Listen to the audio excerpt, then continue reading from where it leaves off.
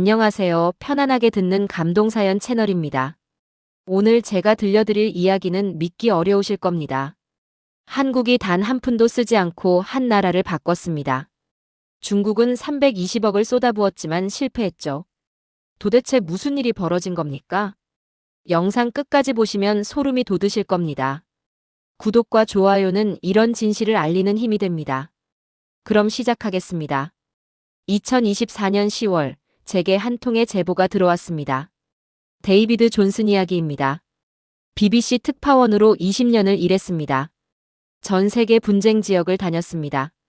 중동의 폭탄 소리도 들었습니다. 아프리카 내전도 취재했습니다. 하지만 2024년 10월에 받은 제보만큼 황당한 건 처음이었습니다. 우즈베키스탄에서 이상한 일이 벌어지고 있습니다. 본부 편집장이 저를 불렀습니다. 존슨, 타슈켄트로 가보게. 무슨 일입니까? 직접 보고 판단하게. 믿기 어려운 제보라서 말이야. 편집장의 표정이 심상치 않았습니다. 저는 다음 날 비행기에 올랐습니다. 런던에서 타슈켄트까지 7시간. 기내에서 자료를 읽었습니다. 우즈베키스탄. 인구 3,500만. 구소련 국가. 러시아어를 쓰는 중앙아시아 국가. 평범한 정보였습니다. 그런데 뭐가 이상하다는 겁니까? 비행기가 착륙했습니다. 타슈켄트 국제공항. 입국 심사를 마치고 나왔습니다. 그 순간이었습니다. 저는 걸음을 멈췄습니다. 카메라를 들고 있던 손이 굳었습니다. 면세점 간판이 눈에 들어왔습니다. 화장품 코너. 한글이었습니다. 아니, 우즈베키스탄 공항에 왜 한글이 있습니까? 고개를 돌렸습니다. 편의점 간판. 김밥 천국. 완벽한 한글입니다. 이게 뭡니까? 공항 안내판을 봤습니다. 우즈베거, 러시아어, 영어. 그리고 한글. 4개 국어 표기입니다.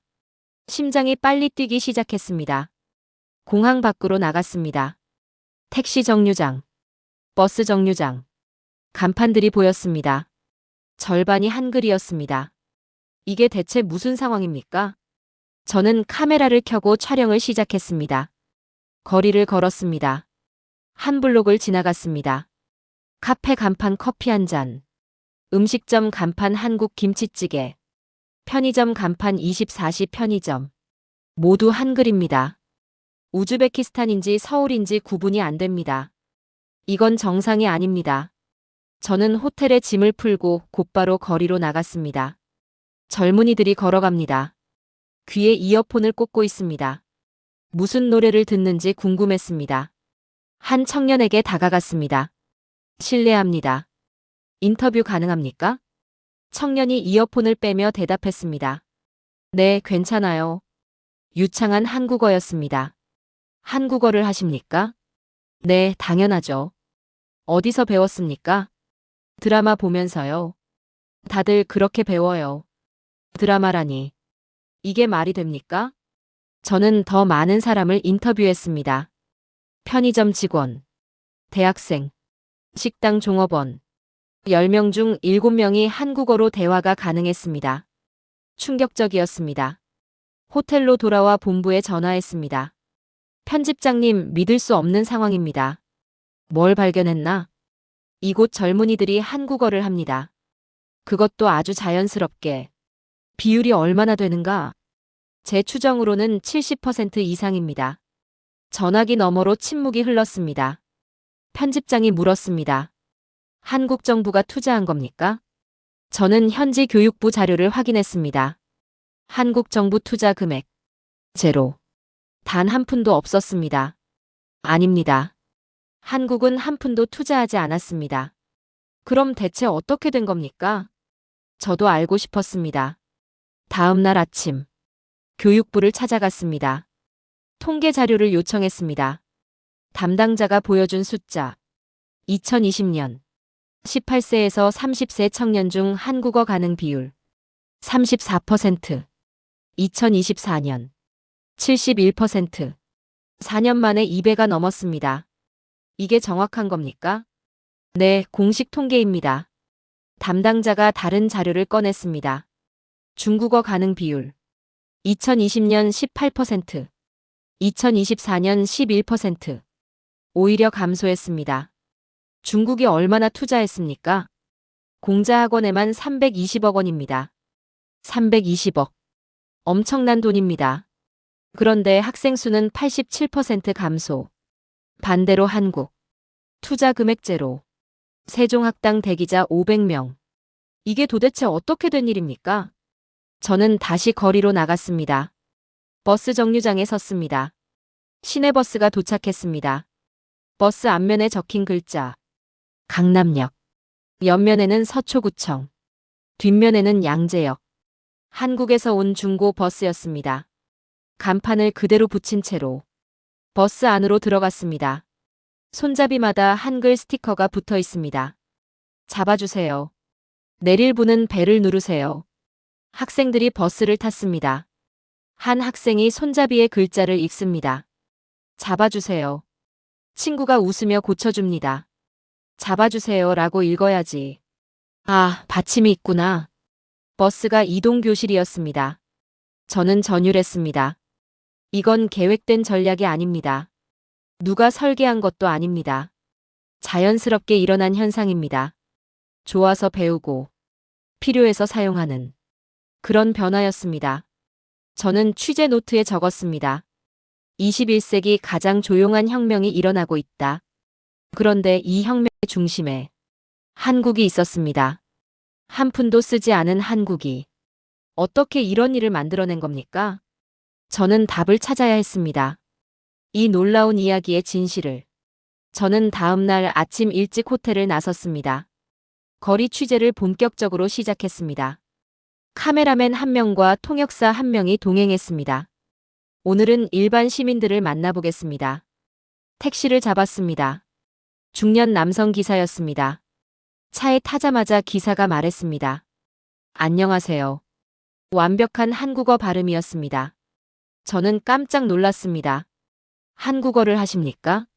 네, 조금요. 어디서 배웠습니까? 유튜브요.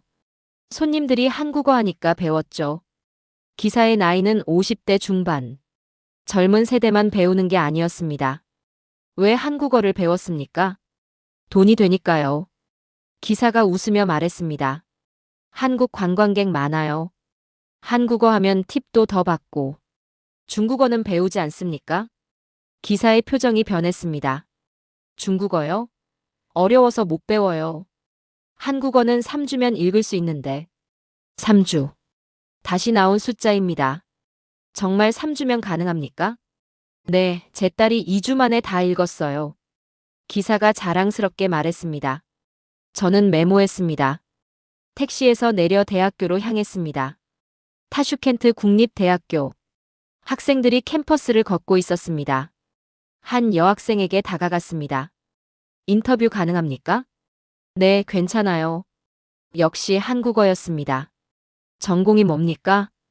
경영학이요. 한국어는 어디서 배웠습니까? 독학이요. 드라마 보면서. 학생의 이름은 나지마. 21살입니다. 어떤 드라마를 봤습니까? 사랑의 불시착, 이태원 클라스, 25, 21. 줄줄이 나옵니다. 그걸 보고 언어를 배웠습니까? 네, 자막 없이 봤어요. 처음엔 한글 자막 보다가 나중엔 그냥 들었죠. 나지마가 친구를 불렀습니다. 야, 사라. 이리 와봐. 사라가 달려왔습니다. 뭐야? BBC 기자님이래. 인터뷰하신대. 두 여학생이 한국어로 대화합니다. 자연스럽게. 마치 모국어처럼. 친구들도 다 한국어를 합니까? 나지마가 주변을 둘러봤습니다. 여기 보이는 학생들. 거의 다 해요. 거의요? 네, 우리 과 30명 중에 25명은 해요. 83%입니다. 믿기 어려운 수치입니다. 사라가 말했습니다. 요즘 한국어 못하면 취업이 안 돼요. 취업이요? 네, 한국 회사 많거든요. 삼성, LG, 현대. 그래서 배우는 겁니까? 나지마가 고개를 저었습니다. 아니요, 좋아서 배웠어요. 취업은 나중에 알았죠. 좋아서 배웠다. 이 말이 핵심이었습니다. 강요가 아니라 선택. 의무가 아니라 즐거움. 저는 학생들에게 물었습니다. 중국어는 배우지 않습니까? 두 학생이 동시에 웃었습니다. 중국어요? 너무 어려워요. 한자가 몇 개인데요? 5만 개? 말도 안 돼요. 나지마가 덧붙였습니다. 한글은 24개만 알면 돼요. 정말 쉬워요. 사라가 스마트폰을 꺼냈습니다. 이거 봐요. 화면에 한글 학습 앱이 보였습니다. 이 앱으로 2주 배웠어요. 2주요? 네, 읽는 건 2주면 돼요. 말하는 건 드라마 보면서 배웠고. 저는 충격을 받았습니다. 언어 학습의 패러다임이 바뀌었습니다. 교실이 아니라 스마트폰. 교과서가 아니라 드라마. 선생님이 아니라 유튜브. 학생들과 헤어지고 번화가로 갔습니다. 편의점이 보였습니다. 간판에 CU라고 적혀 있습니다. 한국 편의점 브랜드입니다. 안으로 들어갔습니다. 20대 초반 남자 직원이 계산대에 있었습니다. 어서 오세요. 한국어였습니다. 한국 분이십니까? 아니요, 우즈벡 사람이에요. 한국어를 잘하시네요. 감사해요. 직원의 이름표를 봤습니다. 딜쇼드. 딜쇼드 씨, 한국어는 어디서 배웠습니까? 혼자 배웠어요. 유튜브랑 드라마로요. 얼마나 걸렸습니까? 3개월이요. 읽는 건 2주 만에 됐고요. 또 2주입니다. 이건 우연이 아닙니다. 왜 한국어를 배웠습니까? 딜쇼드가 진지하게 대답했습니다. 한국 문화가 좋아요. 음악, 드라마, 영화. 그게 전부입니까? 아니요. 미래가 보여요. 미래요? 네, 한국은 발전했잖아요. 우리도 그렇게 되고 싶어요.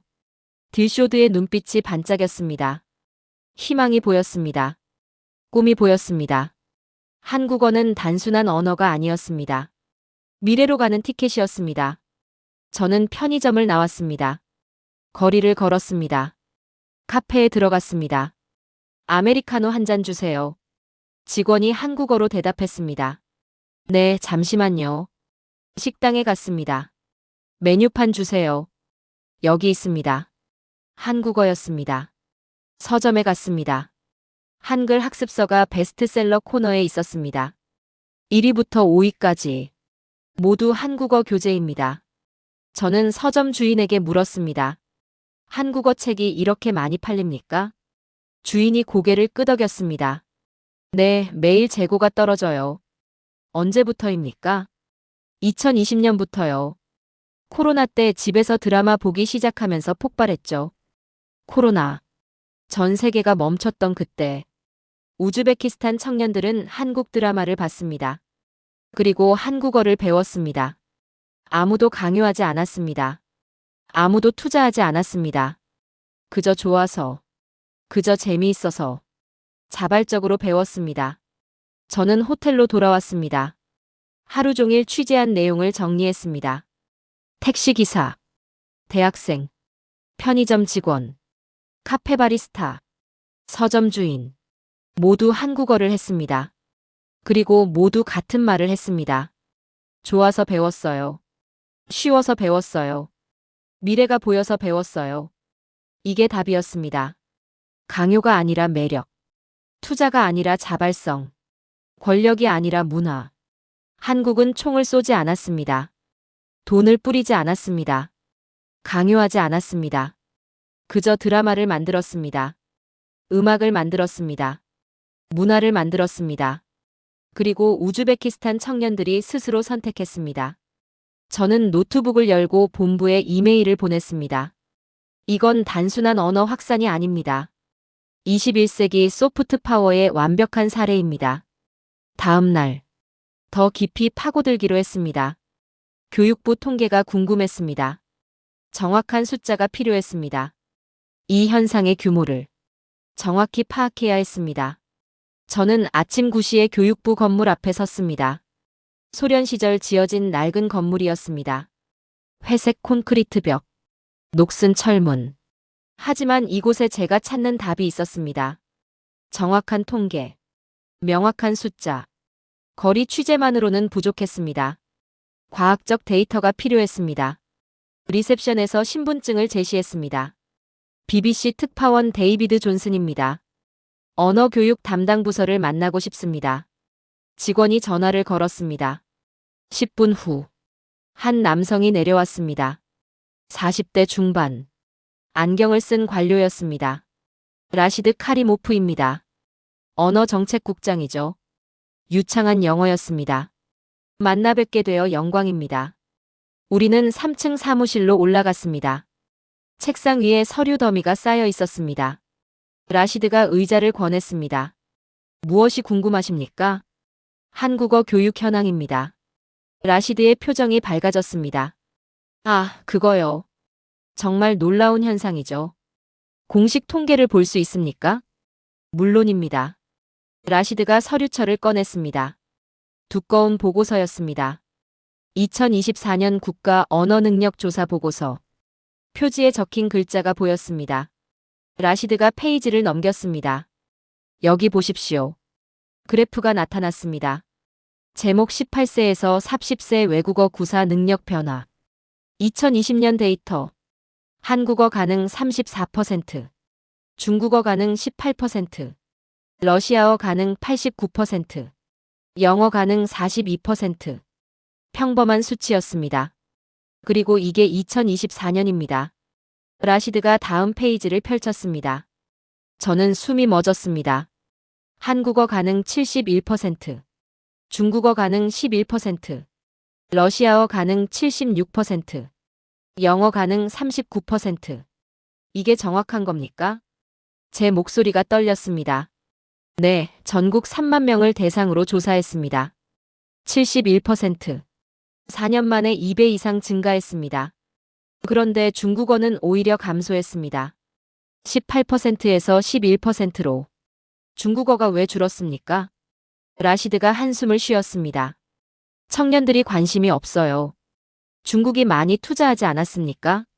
네, 엄청나게 많이 투자했죠. 라시드가 다른 서류를 꺼냈습니다. 중국 공자학원 투자 내역. 제목이 보였습니다. 2020년부터 2024년까지 총 320억 원을 투자했습니다. 320억. 어마어마한 금액입니다. 그런데 효과가 없었습니까? 라시드가 고개를 저었습니다. 효과가 없는 정도가 아닙니다. 역효과가 났죠. 역효과요? 네, 학생들이 더 싫어하게 됐어요. 라시드가 또 다른 그래프를 보여줬습니다. 공자학원 수강생 변화. 2020년 2,300명, 2024년 300명, 87% 감소입니다. 왜 이렇게 줄었습니까? 강요했거든요. 라시드의 목소리가 낮아졌습니다. 정부에 압력을 넣었습니다. 공자학원을 필수 과정으로 만들라고. 그래서요? 청년들이 반발했죠. 누가 강요하는 걸 좋아하겠습니까? 라시드가 창밖을 바라봤습니다. 중국은 실수했어요. 돈으로 해결하려 했죠. 한국은 어떻습니까? 라시드가 웃었습니다. 한국은 한 푼도 안 썼어요. 정말 한 푼도요? 네, 공식 투자 기록이 전혀 없습니다. 라시드가 파일을 뒤적였습니다. 여기 보세요. 한국 정부 교육 투자 내역. 페이지가 비어 있었습니다. 빈 페이지. 제로. 그런데 어떻게 이런 일이 가능합니까? 라시드가 진지하게 말했습니다. 강요는 선택을 이길 수 없습니다. 이 한 문장이 모든 걸 설명했습니다. 우리 청년들은 스스로 선택했어요. 한국 드라마를 보고 한국 음악을 듣고 한국 문화를 좋아하게 됐죠. 라시드가 계속 말했습니다. 그리고 자연스럽게 언어를 배웠습니다. 누가 시키지 않았는데도 저는 메모하기 시작했습니다. 라시드가 다른 자료를 꺼냈습니다. 세종학당 대기자 명단입니다. 리스트가 끝없이 이어졌습니다. 몇 명입니까? 500명이요. 정원은 100명인데 대기자가 500명입니다. 언제부터 이렇게 됐습니까? 2022년부터요. 코로나 이후 폭발했죠. 라시드가 또 다른 통계를 보여줬습니다. 한글 능력 시험 응시자 수. 2020년 800명, 2024년 6,700명. 8배 이상 증가했습니다. 이 사람들이 다 합격합니까? 합격률이 92%예요. 92%. 놀라운 수치입니다.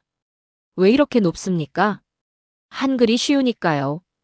과학적으로 만들어진 문자거든요. 라시드가 설명했습니다. 중국어는 한자 5만 개를 외워야 합니다. 하지만 한글은 24개만 알면 돼요. 그게 큰 차이입니까? 엄청난 차이죠. 우리 학생들이 한글은 평균 2주 만에 읽습니다. 중국어는 2년 걸려도 못 읽어요. 2주 대 2년. 100배 차이입니다. 라시드가 의자에 기댔습니다.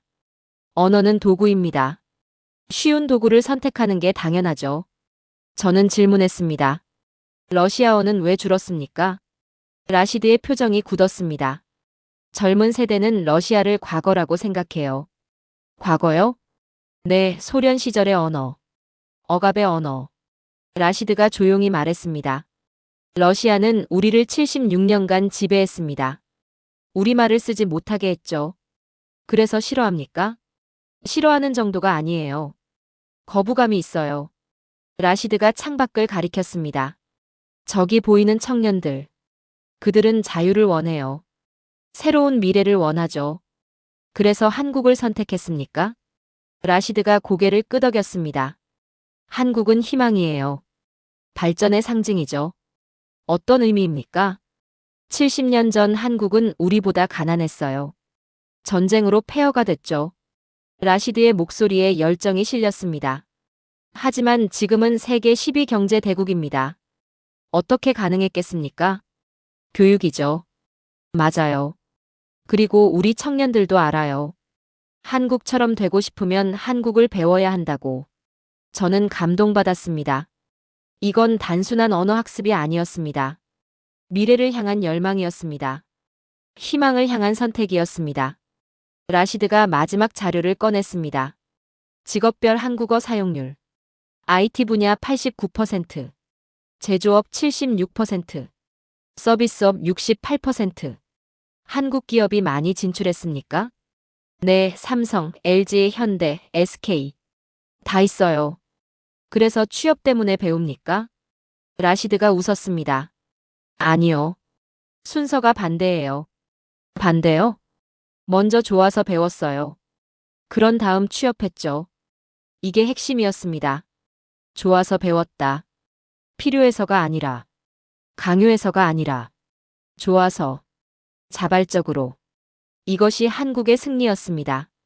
라시드가 일어났습니다. 커피 한 잔 하시겠습니까? 우리는 복도 끝 휴게실로 갔습니다. 자판기에서 커피를 뽑았습니다. 라시드가 조용히 말했습니다. 내년에 큰 발표가 있을 겁니다. 무슨 발표입니까?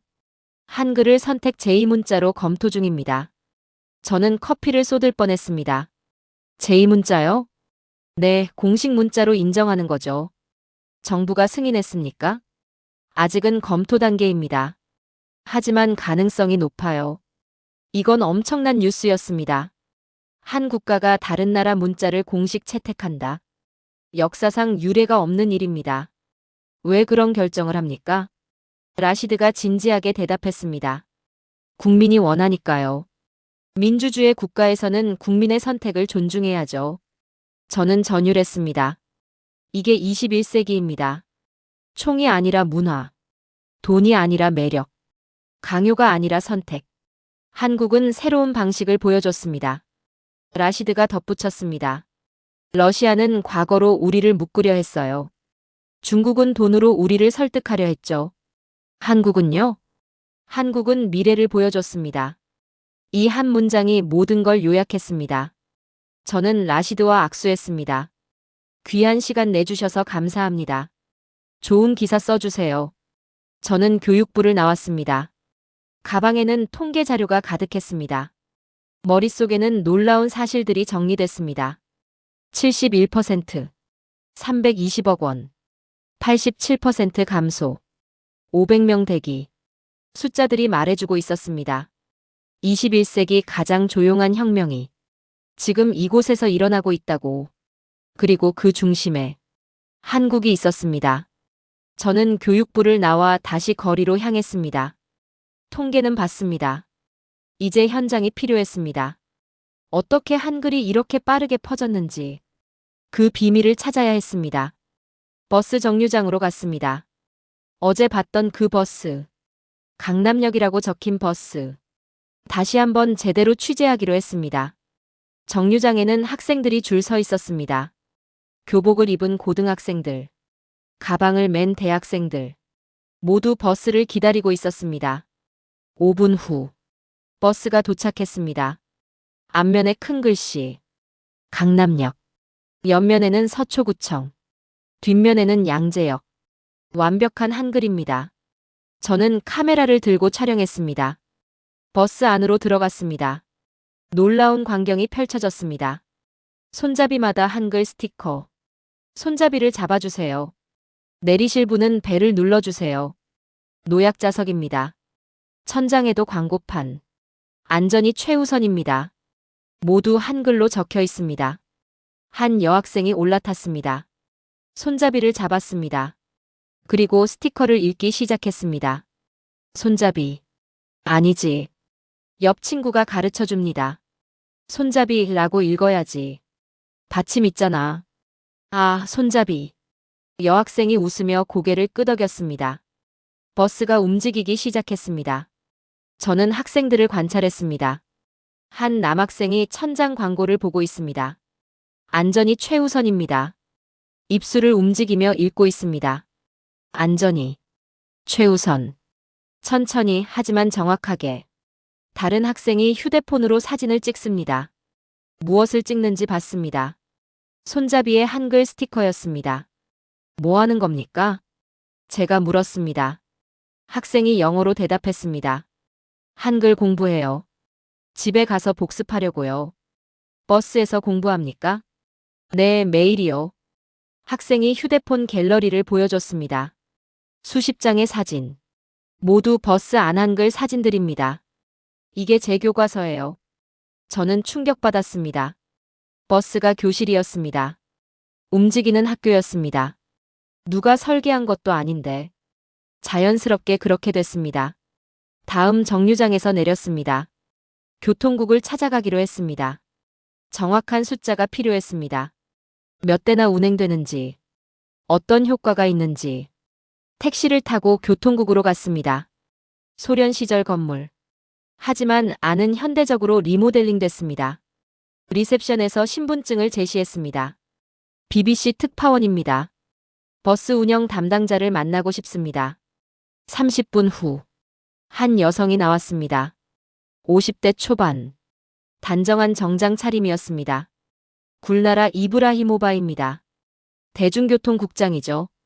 영어가 유창했습니다. 만나 뵙게 되어 영광입니다. 우리는 회의실로 갔습니다. 굴나라가 노트북을 켰습니다. 무엇이 궁금하십니까? 한국산 중고버스에 대해 알고 싶습니다. 굴나라가 웃었습니다. 아, 우리 자랑이죠. 화면에 프레젠테이션이 떴습니다.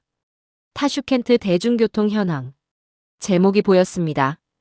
2019년부터 한국산 중고버스를 도입했습니다. 몇 대나 됩니까? 현재 700대요. 700대. 엄청난 숫자입니다. 왜 한국산을 선택했습니까? 굴나라가 설명했습니다. 품질이 좋고 가격이 저렴해요. 중고인데도 상태가 아주 좋죠. 화면에 사진들이 나타났습니다. 서울 거리를 달리던 버스들. 이제는 타슈켄트를 달립니다. 간판은 왜 안 떼어냈습니까? 굴나라가 웃었습니다. 처음엔 떼어내려고 했어요. 그런데요? 학생들이 반대했어요. 한글 공부하는데 좋다고. 학생들이요? 네, SNS에서 청원이 올라왔죠. 간판 그대로 두라고. 굴나라가 다음 슬라이드를 넘겼습니다. 버스 한글 표기 유지 청원. 제목이 보였습니다. 서명자 수 43,000명. 이렇게 많이 서명했습니까? 네, 대부분 10대와 20대였어요.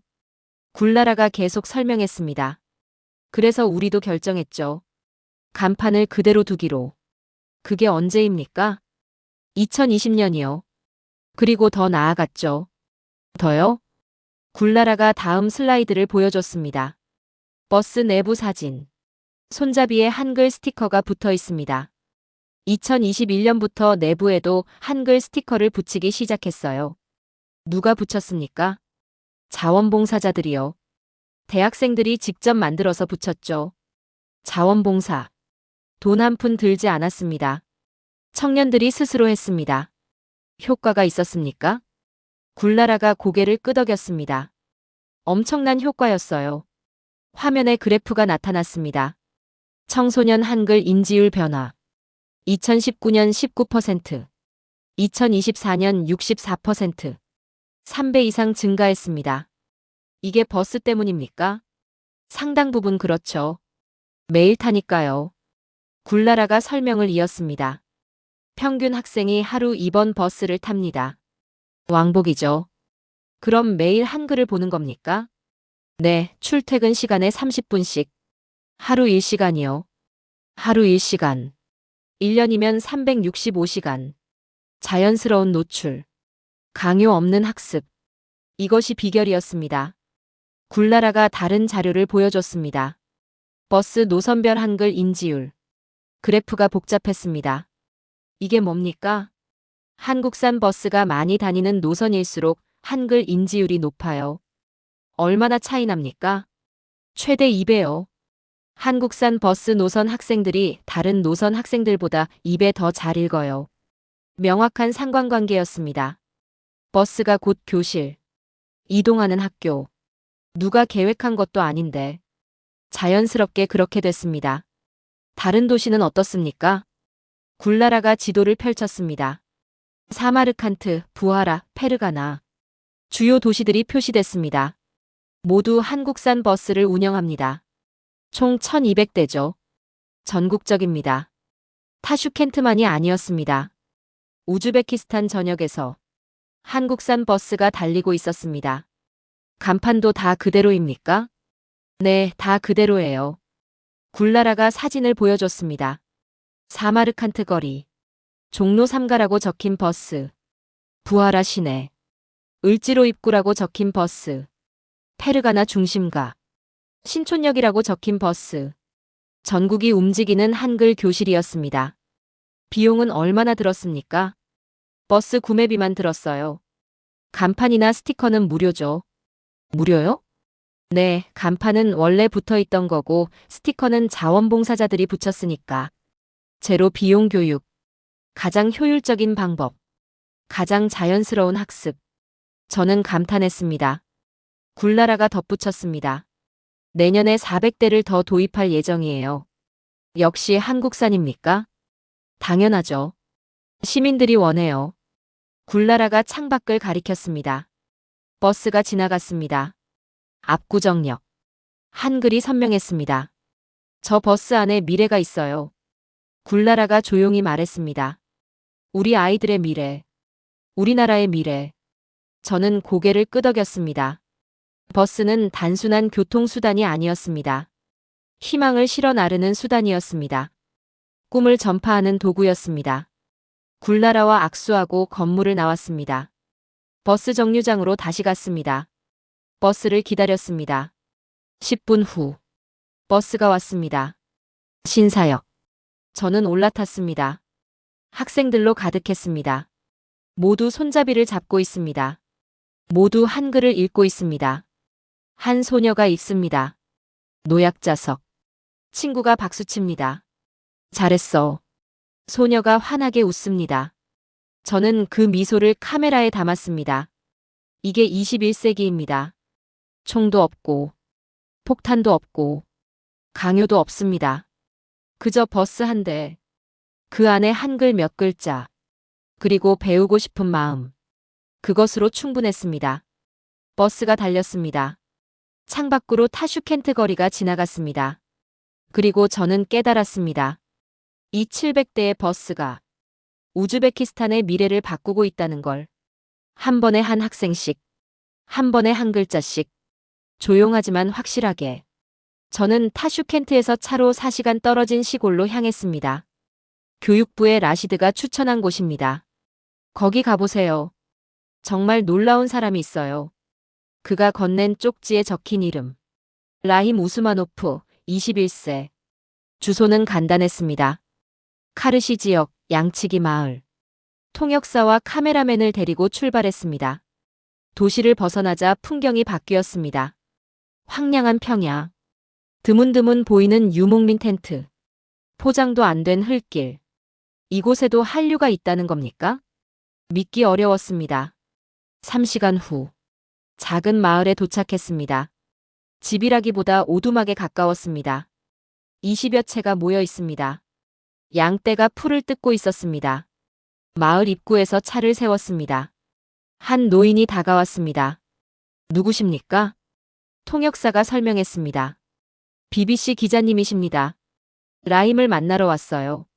노인의 얼굴이 밝아졌습니다. 아, 라힘. 우리 마을의 자랑이죠. 저쪽이에요. 노인이 가리킨 곳. 가장 작은 오두막이었습니다. 문을 두드렸습니다. 들어오세요. 안에서 젊은 목소리가 들렸습니다. 문을 열었습니다. 좁은 방. 낡은 침대 하나. 책상 하나. 그리고 한 청년이 앉아 있었습니다. 마른 체구. 검게 그을린 피부. 하지만 눈빛만은 빛났습니다. 라임입니까? 네, 저예요. 청년이 일어났습니다. 그리고 놀랍게도 한국어로 말했습니다. 안녕하세요. 반갑습니다. 완벽한 발음이었습니다. 한국어를 하는군요. 네, 독학했어요. 라임이 수줍게 웃었습니다. 책상 위를 봤습니다. 낡은 스마트폰 하나. 공책 몇 권. 그게 전부였습니다. 앉으세요. 라힘이 침대를 권했습니다. 저는 앉았습니다. 카메라를 켰습니다. 이야기를 들려주시겠습니까? 라힘이 고개를 끄덕였습니다. 저는 양치기였어요. 그가 창밖을 가리켰습니다. 양떼가 보였습니다. 14살 때부터 양을 쳤죠. 학교는 못 갔어요. 왜 못 갔습니까?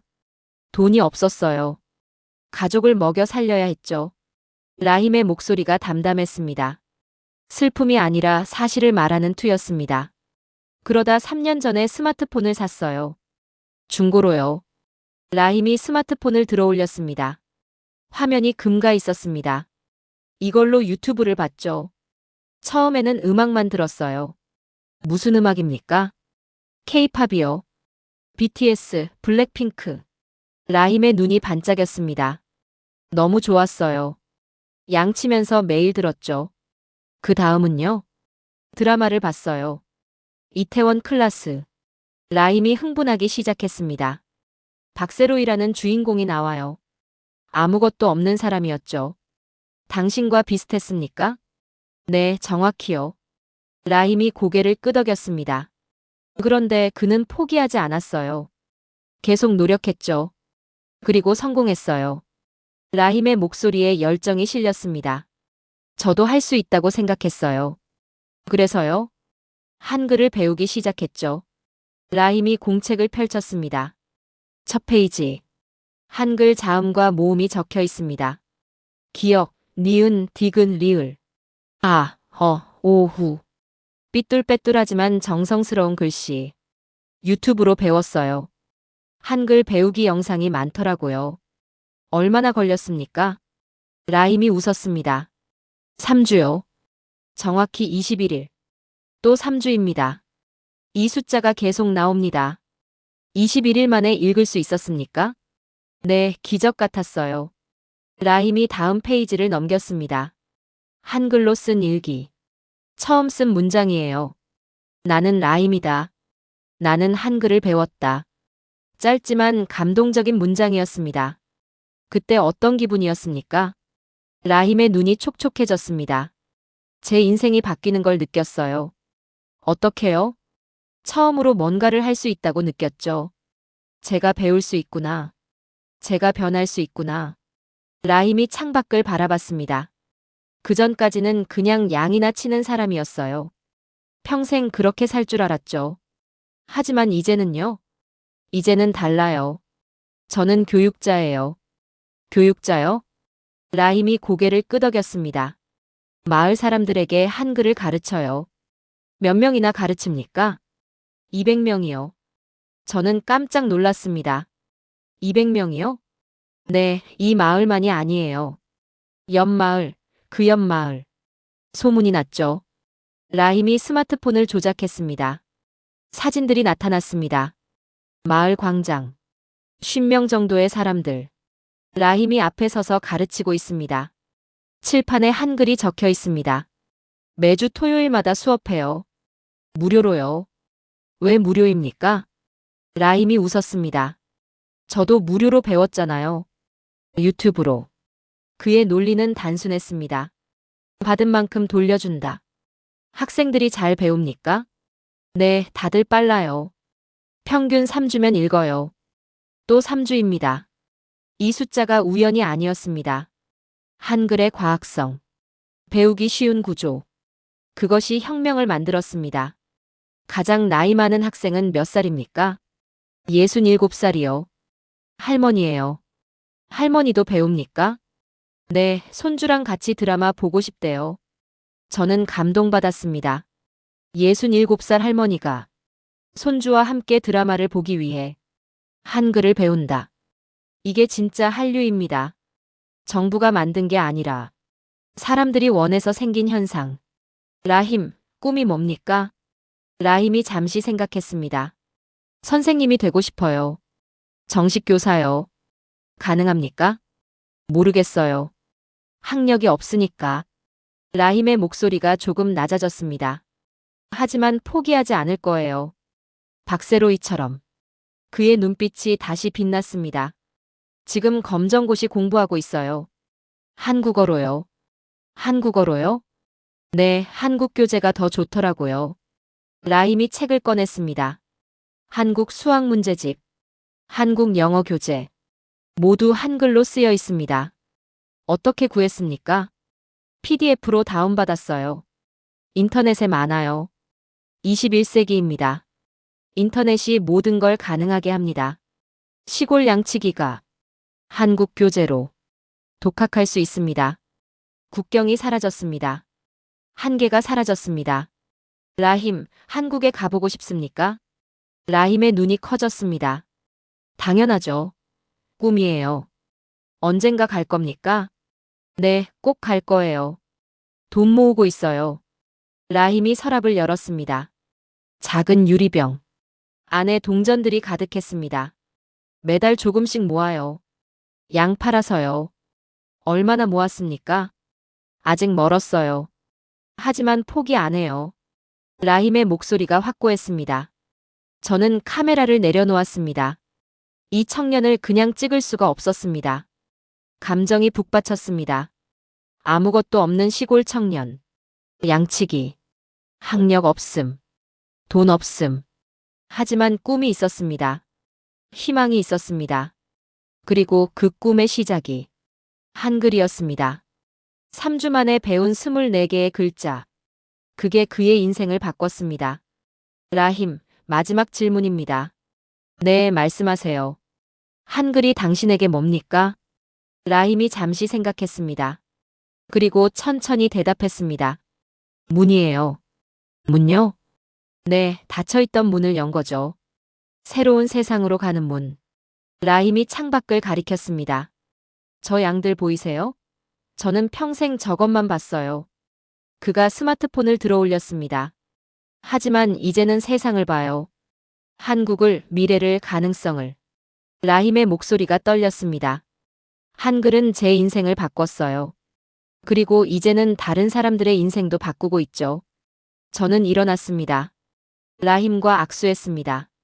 당신은 대단한 사람입니다. 아니에요. 저는 그냥 운이 좋았을 뿐이에요. 무슨 운입니까?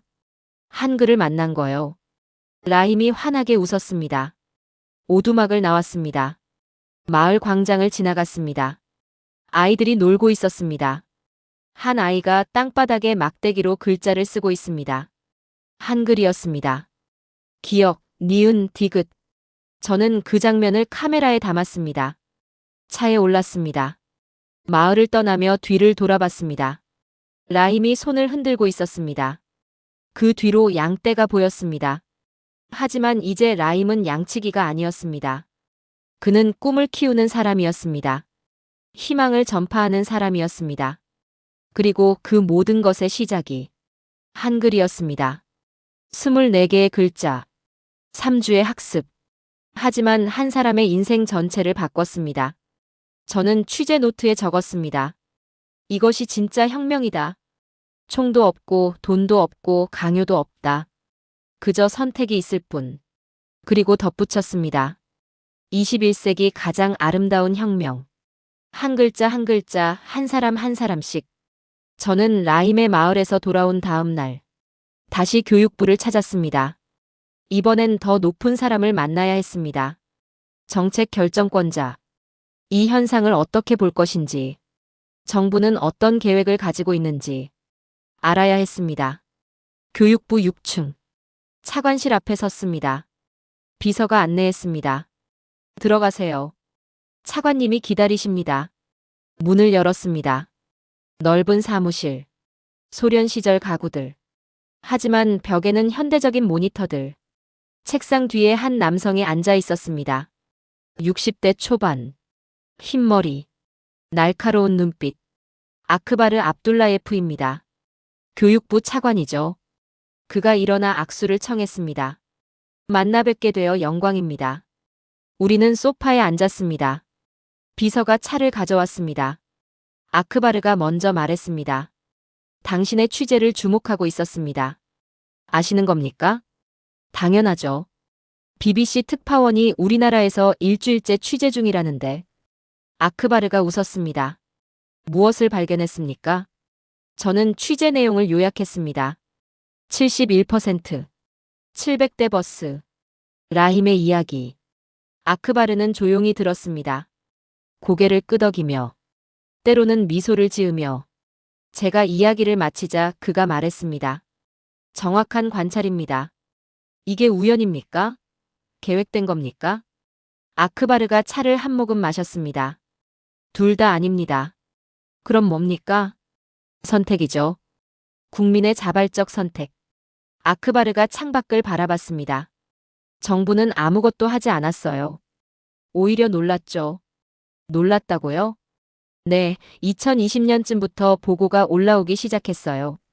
청년들이 한국어를 배우고 있다고. 아크바르가 서류를 꺼냈습니다. 처음엔 일시적 유행이라고 생각했죠. 하지만요. 계속 커졌어요. 멈추지 않았죠. 아크바르가 그래프를 보여줬습니다. 연도별 한국어 학습자 증가율. 2020년 34%, 2021년 47%, 2022년 58%, 2023년 66%, 2024년 71%. 매년 가파르게 상승했습니다. 왜 이렇게 됐다고 생각합니까? 아크바르가 진지해졌습니다. 역사를 이해해야 합니다. 그가 일어나 창가로 갔습니다. 우리는 76년간 소련의 지배를 받았어요. 러시아어를 강요받았습니까? 강요 정도가 아니었죠. 아크바르의 목소리가 낮아졌습니다. 우즈베거를 쓰면 처벌받았어요. 학교에서도 직장에서도. 억압이었군요. 정확합니다. 언어 억압이었죠. 아크바르가 돌아와 앉았습니다. 1991년 독립했어요. 하지만 러시아어는 남았죠. 왜 남았습니까? 익숙했으니까요. 그리고 필요했고. 아크바르가 설명했습니다. 하지만 젊은 세대는 달라요. 그들은 소련을 모르죠. 그래서 러시아어를 거부합니까? 거부라기보다는 관심이 없어요. 아크바르가 통계를 보여줬습니다. 18세에서 30세 러시아어 사용률. 2015년 92%, 2024년 76%. 이렇게 줄었습니까? 네, 그리고 계속 줄 겁니다. 아크바르가 단호하게 말했습니다. 러시아는 과거예요. 청년들은 미래를 원하죠. 중국은 어떻습니까? 아크바르의 표정이 복잡해졌습니다. 중국은 다른 방식이었어요. 어떤 방식입니까? 돈이죠. 아크바르가 서류를 펼쳤습니다. 중국 문화 투자 내역. 숫자들이 나열됐습니다. 2015년부터 총 800억 원을 투자했습니다. 800억. 엄청난 금액입니다. 공자학원, 장학금, 문화센터. 다 만들었죠. 효과가 있었습니까? 아크바르가 쓴 웃음을 지었습니다. 처음 2년은 좋았어요. 학생들이 몰렸죠. 그 다음은요? 흥미를 잃었어요. 왜죠? 아크바르가 설명했습니다. 중국어가 너무 어려웠어요. 한자가 끝이 없죠. 그게 전부입니까? 아니요. 아크바르가 목소리를 낮췄습니다. 압력도 있었어요. 정부에. 무슨 압력입니까? 중국어를 필수 과목으로 만들라는 거죠. 아크바르가 한숨을 쉬었습니다. 우리는 거절했어요. 국민이 원하지 않는데 어떻게 강요합니까? 중국은 어떻게 반응했습니까? 화났죠. 투자를 줄였고. 아크바르가 다음 페이지를 넘겼습니다. 2022년부터 투자가 절반으로 줄었어요. 그리고 학생은 더 줄었죠. 악순환이었습니다. 강요는 반발을 낳았습니다. 투자는 효과가 없었습니다. 그런데 한국은 달랐습니까? 아크바르의 얼굴이 밝아졌습니다. 한국은 아무것도 안 했어요. 아무것도요?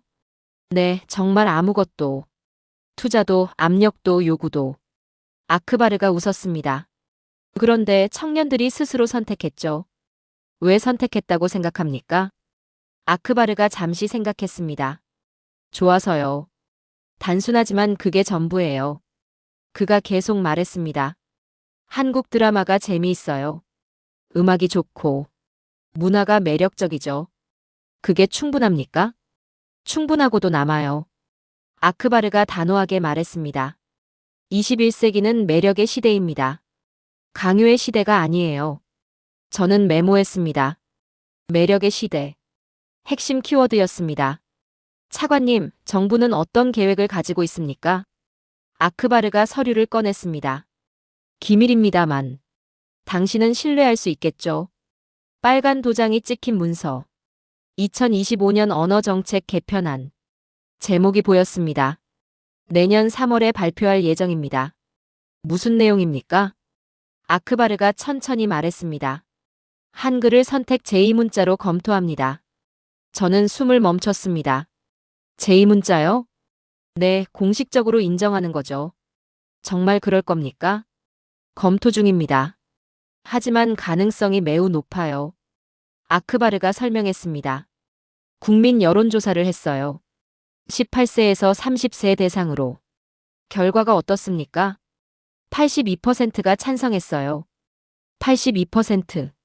압도적입니다. 반대는 누굽니까? 주로 고령층이죠. 러시아어 세대. 아크바르가 덧붙였습니다. 하지만 그들도 반대하진 않아요. 그냥 무관심하죠. 의회는 통과시킬 겁니까? 통과될 거예요. 국민이 원하니까. 아크바르가 창밖을 바라봤습니다. 민주주의는 국민의 목소리를 따라야 합니다. 저는 질문했습니다. 이게 역사적으로 유례가 있습니까? 없습니다. 아크바르가 단언했습니다. 한 국가가 다른 나라 문자를 공식 채택한 사례는 없어요. 그런데 우즈베키스탄이 첫 사례가 됩니까? 그럴 가능성이 높죠. 아크바르가 진지하게 말했습니다. 이건 강요된 변화가 아닙니다. 국민이 선택한 미래예요. 그가 일어났습니다. 저도 일어났습니다. 아크바르가 창가로 걸어갔습니다. 저기 보이는 청년들. 그가 거리를 가리켰습니다. 그들이 미래예요. 우리의 미래. 그들은 한국어를 합니까? 대부분이죠. 아크바르가 돌아봤습니다. 러시아는 과거로 우리를 묶으려 했습니다. 그의 목소리가 무겁습니다. 76년간 우리 언어를 억압했죠. 우리 정체성을 지웠고. 중국은요? 중국은 돈으로 우리를 설득하려 했습니다. 아크바르가 쓴 웃음을 지었습니다. 800억을 쏟아부었죠. 하지만 실패했어요. 한국은요? 아크바르의 표정이 부드러워졌습니다. 한국은 미래를 보여줬습니다. 어떻게요? 꿈을 보여줬어요. 가난한 나라가 선진국이 되는 과정을. 아크바르가 계속 말했습니다. 우리 청년들은 그걸 봤어요. 그리고 생각했죠. 우리도 할 수 있다고. 그래서 한국어를 배웁니까? 정확해요. 한국어는 단순한 언어가 아니에요. 아크바르가 단호하게 말했습니다. 희망의 언어죠. 미래의 언어. 저는 감동받았습니다. 이건 정책이 아니었습니다. 꿈이었습니다. 국가적 꿈. 세대의 꿈. 아크바르가 악수를 청했습니다. 좋은 기사 써주세요. 최선을 다하겠습니다. 한 가지만 부탁합니다. 뭡니까?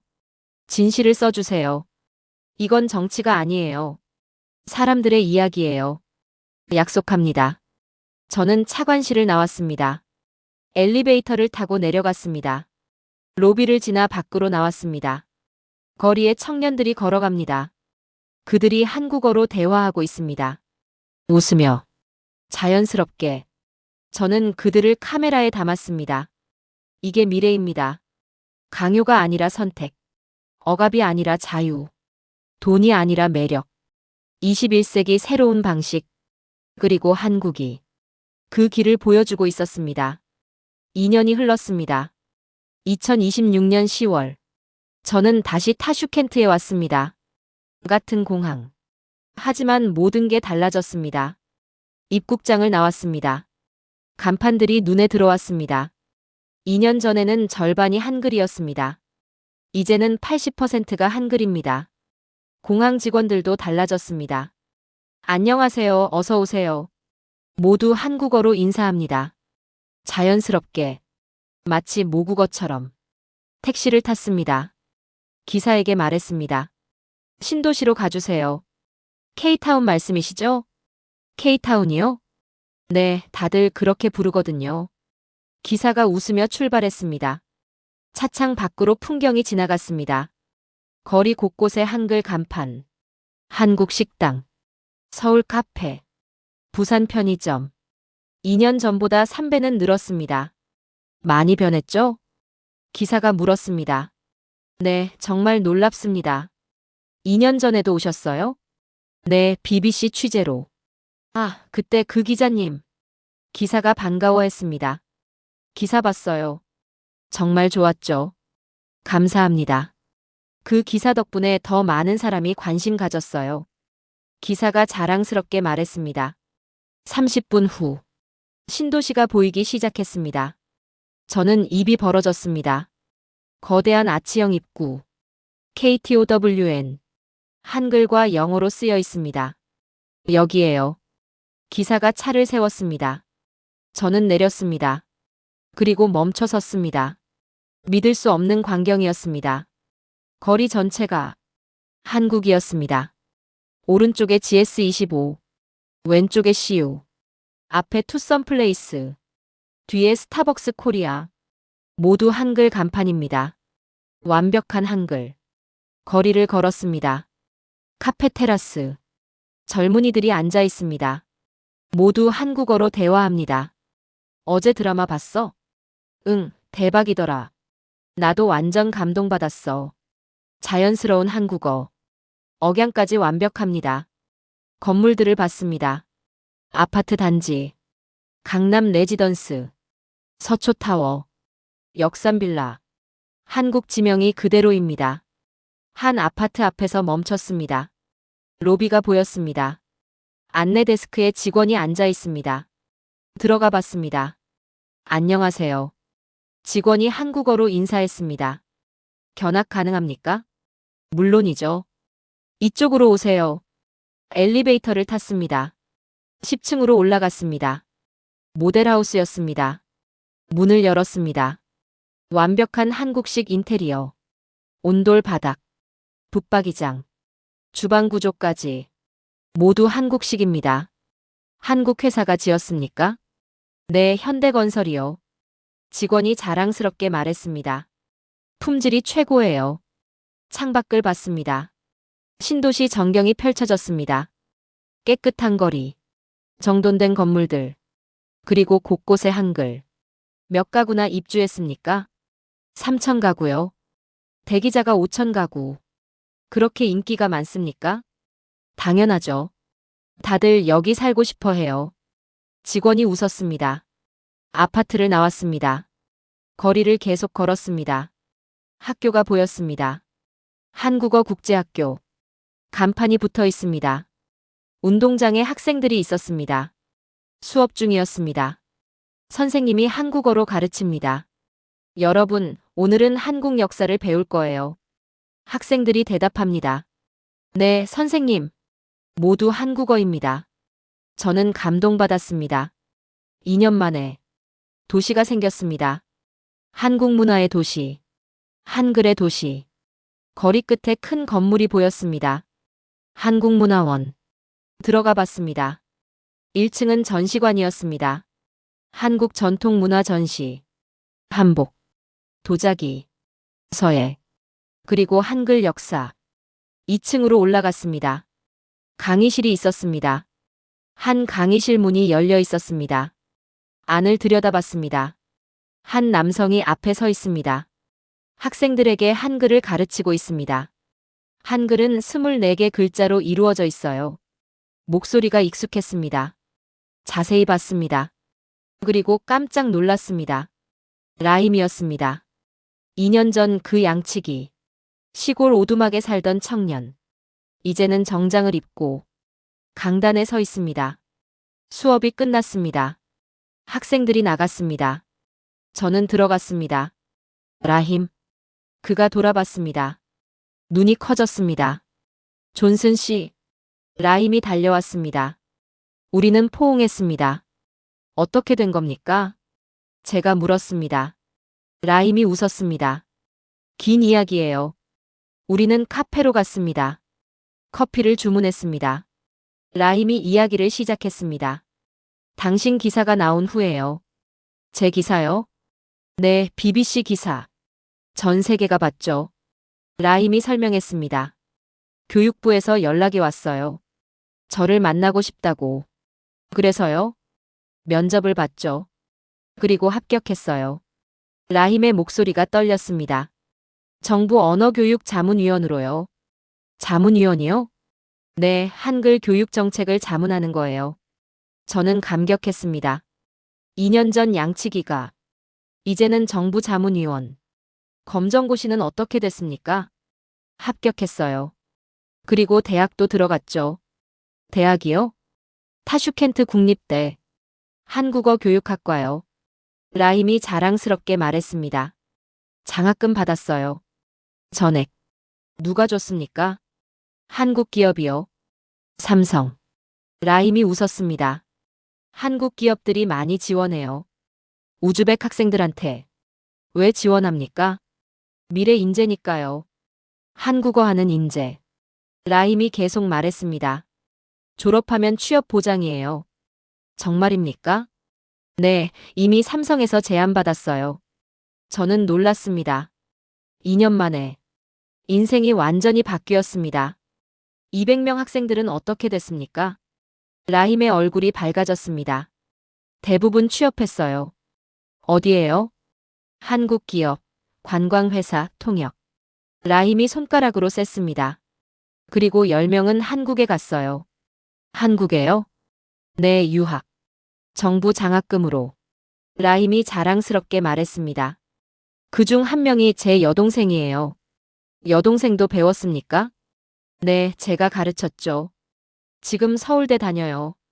저는 감동의 물결을 느꼈습니다. 한 사람이 바뀌었습니다. 그 사람이 가족을 바꿨습니다. 가족이 마을을 바꿨습니다. 마을이 나라를 바꿨습니다. 라힘, 한글 제2문자 법안은 어떻게 됐습니까? 라힘이 미소 지었습니다. 통과됐어요. 올해 3월에. 정말입니까?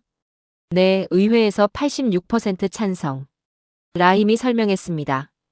이제 한글은 공식 문자예요. 우즈베키스탄이. 역사적 순간이었습니다. 한국가가 다른 나라 문자를 공식 채택했습니다. 인류 역사상 처음입니다. 국민 반응은 어떻습니까? 열광적이죠. 라힘이 스마트폰을 꺼냈습니다. 뉴스 기사를 보여줬습니다. 한글, 우즈베키스탄 제2문자 됐다. 제목이 크게 떠 있습니다. 댓글을 봤습니다. 드디어 자랑스럽다. 미래가 보인다. 모두 긍정적이었습니다. 라힘이 말했습니다. 내년부터 초등학교 정규 과목이에요. 한글이요? 네, 3학년부터 배워요. 라힘의 목소리에 열정이 넘쳤습니다. 제가 교재 개발에 참여했어요. 당신이요? 네, 자문위원이니까. 라임이 가방에서 책을 꺼냈습니다. 초등학교 한글 교과서. 표지가 보였습니다. 펼쳐봤습니다. 귀여운 그림들. 쉬운 설명. 체계적인 구성. 잘 만들었습니다. 감사해요. 라임이 수줍게 웃었습니다. 우리는 밖으로 나왔습니다. 해가 지고 있었습니다. 거리에 불이 켜지기 시작했습니다. 한글 네온 사인들. 서울 치킨. 부산 횟집. 제주 카페. 밤의 K타운. 아름다웠습니다. 광장으로 갔습니다. 중앙에 큰 조형물이 있었습니다. 한글 자음과 모음. 기역, 니은, 디귿, 리을. 아, 오후. 빛으로 만든 예술품. 사람들이 사진을 찍고 있습니다. 아름답죠? 라임이 물었습니다. 네, 정말로. 이게 우리의 미래예요. 라임이 조형물을 바라봤습니다. 한글은 제 미래를 바꿨어요. 그의 목소리가 떨렸습니다. 그리고 이제는 우리나라의 미래를 바꾸고 있습니다. 저는 카메라를 들었습니다. 라임과 한글 조형물을 함께 담았습니다. 2년 전 양치기. 이제는 교육자. 정부 자문위원. 미래의 리더. 한글이 만든 기적이었습니다. 24개 글자가 한 사람의 운명을 바꿨습니다. 그리고 한 나라의 방향을 바꿨습니다. 라임이 말했습니다. 존슨 씨, 감사해요. 왜요? 당신 기사가 저를 여기까지 오게 했어요. 아닙니다. 당신이 스스로 한 겁니다. 저는 진심으로 말했습니다. 당신이 포기하지 않았기 때문이에요. 라임이 고개를 끄덕였습니다. 한글을 만난 게 행운이었어요. 한글만이 아닙니다. 제가 말했습니다. 선택이었어요. 당신의 선택. 라임이 웃었습니다. 우리는 광장을 걸었습니다. 사람들로 가득했습니다. 모두 한국어로 대화합니다. 웃으며, 행복하게, 자유롭게. 이게 2026년 우즈베키스탄입니다. 한글이 만든 새로운 세상. 강요가 아니라 선택으로, 억압이 아니라 매력으로, 총이 아니라 문화로 만들어진 혁명. 그리고 그 중심에 한국이 있었습니다. 2026년 11월. 저는 런던 BBC 본부로 돌아왔습니다. 2년간의 취재를 마무리할 시간이었습니다. 편집장 사무실에 들어갔습니다. 돌아왔군, 존슨. 네, 편집장님. 마지막 보고서는 준비했나? 네, 여기 있습니다. 저는 두꺼운 파일을 내밀었습니다. 편집장이 펼쳐봤습니다. 첫 페이지. 21세기 가장 조용한 혁명 우즈베키스탄과 한글. 제목이 적혀 있었습니다. 편집장이 읽기 시작했습니다. 저는 창밖을 바라봤습니다. 런던의 회색 하늘. 비가 내리고 있었습니다. 하지만 제 머릿속에는 타슈켄트의 햇살이 있었습니다. K타운의 불빛이 있었습니다. 라임의 미소가 있었습니다. 30분 후. 편집장이 파일을 덮었습니다. 놀랍군. 그가 조용히 말했습니다. 이건 단순한 언어 확산이 아니야. 맞습니다. 21세기 소프트 파워의 완벽한 사례지. 편집장이 일어났습니다. 특집 다큐멘터리로 만들어야겠어. 감사합니다. 아니, 감사할 사람은 나야. 대단한 취재였어. 편집장이 악수를 청했습니다. 저는 사무실을 나왔습니다. 제 책상으로 갔습니다. 노트북을 열었습니다. 마지막 기사를 쓸 시간이었습니다. 손가락을 키보드에 올렸습니다. 그리고 타이핑을 시작했습니다. 21세기에는 총도, 돈도, 강요도 통하지 않는다. 첫 문장이 나왔습니다. 오직 선택만이 승리한다. 계속 썼습니다. 2024년 우즈베키스탄에서 기적이 일어났다. 한 푼도 투자하지 않은 한국이 71%의 청년을 사로잡았다. 중국은 800억을 쏟아부었지만 실패했다. 러시아는 76년간 지배했지만 버림받았다. 하지만 한국은 드라마를 만들었다. 음악을 만들었다. 문화를 만들었다. 그리고 청년들이 스스로 선택했다. 손가락이 멈추지 않았습니다. 2년간의 기억이 흘러나왔습니다. 공항의 충격. 버스의 발견, 라힘의 눈물, 아크바르의 선언, K타운의 탄생. 모든 순간이 생생했습니다. 3시간 후 기사를 완성했습니다. 제목을 달았습니다. 선택의 승리, 한국이 우즈베키스탄을 사로잡은 방법. 전송 버튼을 눌렀습니다. 다음 날 기사가 메인에 떴습니다. BBC 홈페이지 일면. 조회수가 폭발했습니다. 첫 시간에 100만, 하루 만에 1000만. 댓글이 쏟아졌습니다. 놀랍다. 이게 진짜 소프트 파워다. 한국이 증명했다. 세계가 주목했습니다. CNN이 후속 보도했습니다. 뉴욕타임스가 분석 기사를 냈습니다. 가디언이 사설을 실었습니다. 모두 같은 결론이었습니다. 21세기는 매력의 시대다. 일주일 후 한국 대사관에서 연락이 왔습니다. 대사님이 만나고 싶어 하십니다. 저는 대사관으로 갔습니다. 런던 한국 대사관. 깨끗하고 현대적인 건물. 대사님이 반겼습니다. 존슨 기자님, 만나 뵙게 되어 영광입니다. 저야말로 영광입니다. 우리는 응접실에 앉았습니다. 대사님이 말했습니다. 기사 잘 봤습니다. 감사합니다. 우리도 놀랐어요. 우즈베키스탄 상황을. 대사님이 웃었습니다. 정부는 정말 아무것도 안 했거든요. 그게 오히려 좋았던 것 같습니다. 동의합니다. 대사님이 고개를 끄덕였습니다. 강요하지 않았기에 자발적이 됐죠. 한국의 전략입니까? 전략이라기보다는. 대사님이 잠시 생각했습니다. 자연스러운 결과예요. 좋은 콘텐츠를 만들었더니 사람들이 좋아한 거죠. 그게 전부입니까? 네, 그게 전부예요.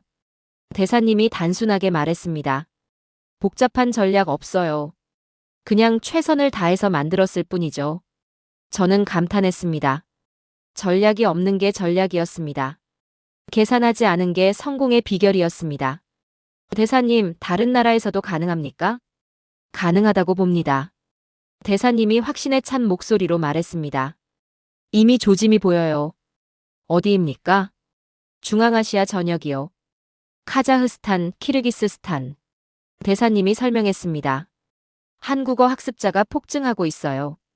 우즈베키스탄 효과입니까? 그렇죠. 연쇄 반응이 일어나고 있어요. 저는 메모했습니다. 이건 끝이 아니었습니다. 시작이었습니다. 한 달 후 다큐멘터리가 완성됐습니다. BBC 프라임타임에 방영됐습니다. 시청률이 폭발했습니다. 영국 시청률 1위. 국제방송상 후보에 올랐습니다. 그리고 가장 놀라운 일이 일어났습니다. 영국 교육부에서 연락이 왔습니다. 한글 교육 검토 중입니다. 담당자가 말했습니다. 우즈베키스탄 사례를 참고하고 있어요. 영국에서도요? 네, 학생들 반응이 좋거든요. 담당자가 통계를 보여줬습니다. 한국어 학습 희망자가 3배 증가했어요. 세계가 변하고 있었습니다. 조용하지만 확실하게. 저는 다시 노트북을 열었습니다. 마지막 문장을 쓸 시간이었습니다. 손가락을 키보드에 올렸습니다. 타이핑을 시작했습니다. 20세기는 총의 시대였다. 19세기는 식민지의 시대였다. 하지만 21세기는 다르다. 21세기는 선택의 시대다. 사람들은 강요에 복종하지 않는다. 돈으로 설득되지 않는다. 오직 매력에 이끌린다. 한국은 그것을 증명했다. 손가락이 계속 움직였습니다. 타슈켄트 공항에서 시작된 놀라움은 혁명이 됐다. 700대의 버스가 교실이 됐다. 한 명의 양치기가 교육자가 됐다. 그리고 한 나라가 변했다. 이 모든 것이 강요 없이 일어났다. 투자 없이 일어났다. 폭력 없이 일어났다. 오직 선택으로만. 마지막 문단이었습니다. 심호흡을 했습니다. 그리고 썼습니다. 70년 전 한국은 세계 최빈국이었다. 전쟁으로 폐허가 됐다. 아무것도 없었다. 하지만 포기하지 않았다. 교육에 투자했다. 문화를 만들었다. 기술을 발전시켰다. 그리고 세계 10위 경제 대국이 됐다. 이제 그 한국이 세계에 보여주고 있다. 성공하는 새로운 방법을. 지배하지 않고 착취하지 않고, 강요하지 않고, 그저 매력으로, 문화로, 선택으로. 손가락이 멈췄습니다. 마지막 문장만 남았습니다. 저는 타슈켄트를 떠올렸습니다. 라힘의 미소를, 케이타운의 불빛을, 한글 조형물의 빛을, 그리고 마지막 문장을 썼습니다. 21세기의 한국은 전 세계에 증명했다. 총보다 강한 것은 문화이고 돈보다 강한 것은 매력이며 강요보다 강한 것은 선택이라는 것을. 그리고 이것이 바로 진짜 승리라는 것을. 엔터를 눌렀습니다. 기사가 완성됐습니다. 저는 의자에 기댔습니다. 창밖을 봤습니다. 런던의 하늘이 맑아지고 있었습니다. 비가 그쳤습니다. 햇살이 비쳤습니다. 저는 미소 지었습니다. 2년간의 여정이 끝났습니다. 하지만 진짜 이야기는 이제 시작이었습니다. 우즈베키스탄에서, 중앙아시아에서, 그리고 전 세계에서 조용한 혁명이 계속될 것입니다. 한 번에 한 사람씩, 한 번에 한 선택씩. 강요가 아니라 매력으로, 억압이 아니라 자유로, 총이 아니라 문화로, 그리고 그 중심에 한국이 있었습니다. 24개의 글자, 한글. 그것이 세계를 바꾸고 있었습니다. 조용하지만 확실하게, 느리지만 멈추지 않고. 저는 노트북을 닫았습니다. 가방을 챙겼습니다. 사무실을 나섰습니다. 하지만 머릿속에는 여전히 타슈켄트가 있었습니다. 라힘의 목소리가 들렸습니다. 한글은 제 미래를 바꿨어요. 그리고 이제는 우리나라의 미래를 바꾸고 있습니다. 그렇습니다. 이것이 21세기입니다. 선택의 시대, 매력의 시대, 그리고 한국이 그 길을 보여주고 있었습니다. 전 세계에 여러분, 21세기 진짜 힘은 총이 아니라 문화입니다. 한국은 한 푼도 쓰지 않고 수백만 명의 마음을 움직였습니다. 이것이 대한민국의 힘입니다. 다음 영상에서 더 놀라운 이야기를 들려드리겠습니다. 구독과 좋아요 부탁드립니다. 감사합니다.